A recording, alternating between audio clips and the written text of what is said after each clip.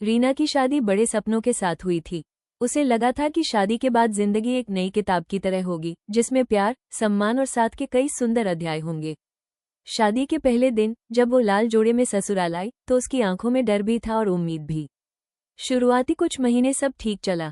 ससुराल बड़ा था, लोग अच्छे थे, लेकिन धीरे धीरे रीना को एहसास हुआ कि उससे सिर्फ समझदार बहू बनने की उम्मीद है, एक इंसान बनने की नहीं। सुबह सबसे पहले उठना, सबके लिए खाना बनाना, सबकी पसंद नापसंद का ध्यान रखना, और फिर भी अगर कुछ कम रह जाए तो ताना मिलना तय था। रीना पढ़ी लिखी थी। शादी से पहले वो एक स्कूल में पढ़ाया करती थी, लेकिन शादी के बाद कहा गया अभी घर संभालो, नौकरी बाद में देखेंगे। वो चुप रही, क्योंकि उसने सीखा था कि अच्छी बहू वही होती है जो ज्यादा सवाल न करे। उसका पति अमित बुरा इंसान नहीं था, लेकिन वो भी यही मानता था कि घर की जिम्मेदारी पूरी तरह रीना की है। जब रीना तककर कहती मैं भी इंसान हूँ, मुझे भी आराम चाहिए, तो जवाब मिलता सब महिलाएं ऐसा ही करती हैं, तुम अलग क्यों। दिन बीतते गए, रीना की मुस्कान धीरे धीरे कम होने लगी। आईने में वो खुद को पहचान नहीं पाती थी। एक दिन मायके से आई उसकी माँ ने बस इतना कहा, बेटी तेरी आंखों की चमक कहाँ गई। उस रात रीना बहुत रोई। उसी रोते रोते उसने एक फैसला किया, अगर उसे अपनी पहचान बचानी है तो खुद के लिए खड़ा होना ही होगा।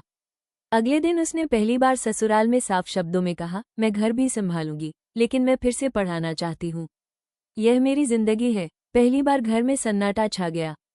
विरोध हुआ, बातें बनी, लेकिन रीना डटी रही। कुछ दिनों बाद उसे पास के स्कूल में नौकरी मिल गई। शुरुआत मुश्किल थी, घर और काम दोनों, लेकिन उसके चेहरे पर सुकून लौट आया। धीरे धीरे हालात बदले। जब घर में उसकी कमाई से मदद होने लगी तो वही लोग जो उसे रोकते थे अब उसकी तारीफ करने लगे। अमित ने भी पहली बार महसूस किया कि रीना सिर्फ उसकी पत्नी नहीं बल्कि एक मजबूत इंसान है। सालों बाद रीना उसी स्कूल की हेडमिस्ट्रेस बनी। एक दिन उसकी सास ने सबके सामने कहा, हमें गर्व है कि हमारी बहू ने हार नहीं मानी।